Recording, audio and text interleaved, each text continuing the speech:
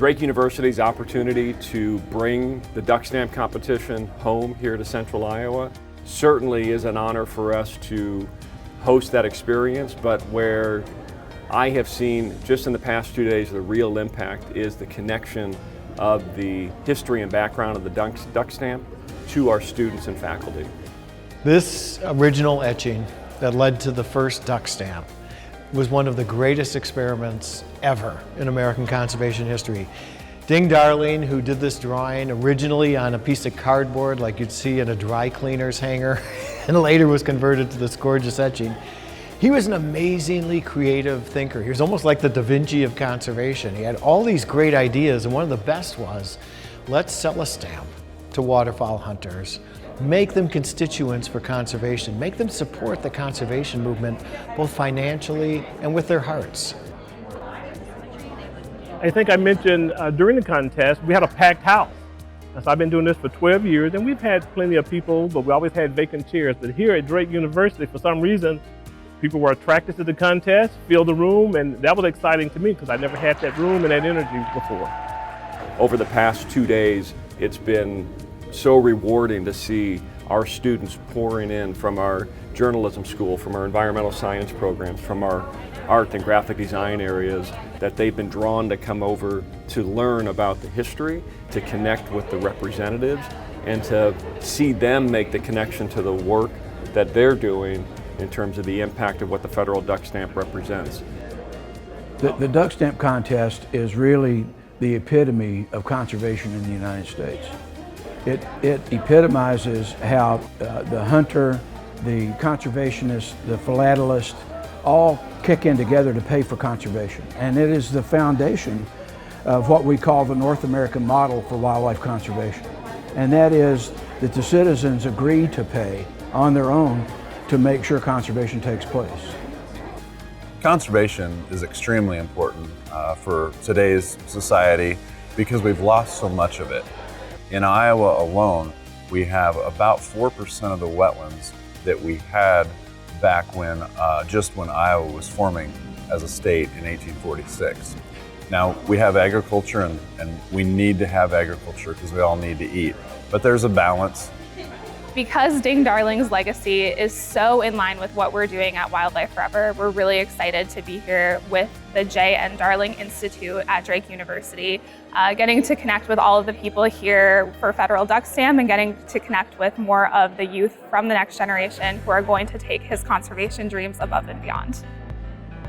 It was before my time. I wasn't around when Lawrence Jones, our founder, had a relationship with Ding Darling, but they had a long relationship going back many, many years. And really, we owe that relationship to our being present here today. Darling has been to Piney Woods several times and was a donor to our work. Lawrence Jones was also from Iowa, and so he would frequently come back this way and visit with Darling and others here in the area. And so it really was that relationship and the growth of that relationship over many, many years that we credit for Piney Woods still being able to do what it does today.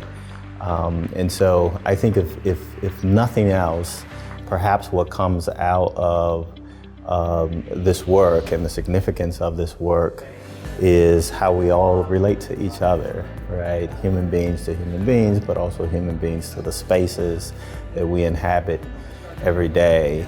And how do we do it in a way that, again, those spaces are there for the next generation. And these are my words, to have it in Ding Darling's backyard where it all kind of started. I mean, that's very historical within itself.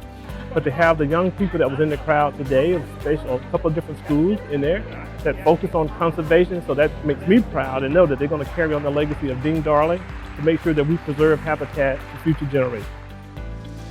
It's great that there's a permanent home for Ding Darling's collection. Gotten to meet several of the people who are part of that, and it's awesome.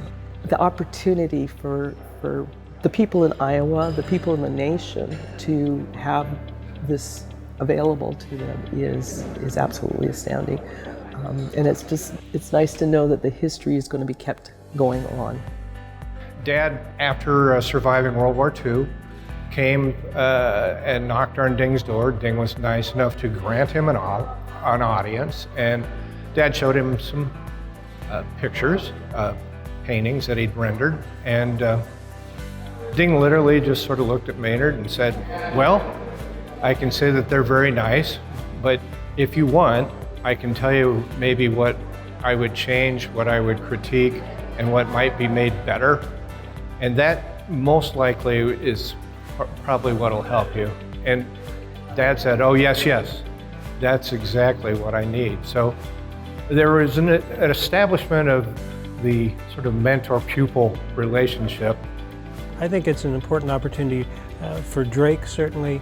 It's an important opportunity for the conservation community in the nation, and it certainly builds on the role that Ding Darling played. And we owe a great deal of thanks to Sam for having that passion and energy to help carry it forward. Observing my first duck stamp competition here at Drake, our own Sam Kultinsky always speaks of the magic of Darling. And there is no doubt that over the last 2 days we've seen that presence of the Darling magic. And what's most inspiring is all of those folks will take that Darling presence, take that Darling magic, and carry it forward. And that's what we hope takes place through the Darling Institute at Drake, that we can make change in the communities we're a part of, and that our students and faculty become a part of, and we spread the Darling magic around the country. I think there are really three main benefits to Drake University and the J.N. Darling Institute hosting the duck stamp competition. One, students gained a rich exposure and deeper understanding for how artistic endeavors and artistic achievements can lead to tangible improvements in on-the-ground conservation. Second, it allowed the J.N. Darling Institute to communicate its mission and its value proposition for rural sustainability in communities across America and throughout the world. And then third, it allowed Drake University to celebrate the legacy of J. Norwood Darling, celebrate the leadership that he brought, and extend the promise of his mission for conservation biology now and into the future. I'm standing on the steps of Ding Darling's studio that he built back in the late 30s. And what a glorious day it is.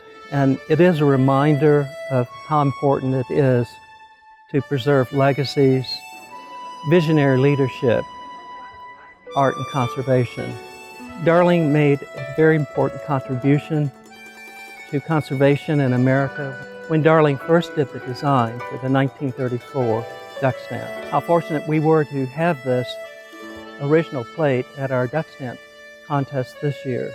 What was particularly interesting, I think, was the pilgrimage, the gathering of people who came from as far away as Scotland, other parts of Europe, as far south as Mississippi, to celebrate this year's contest.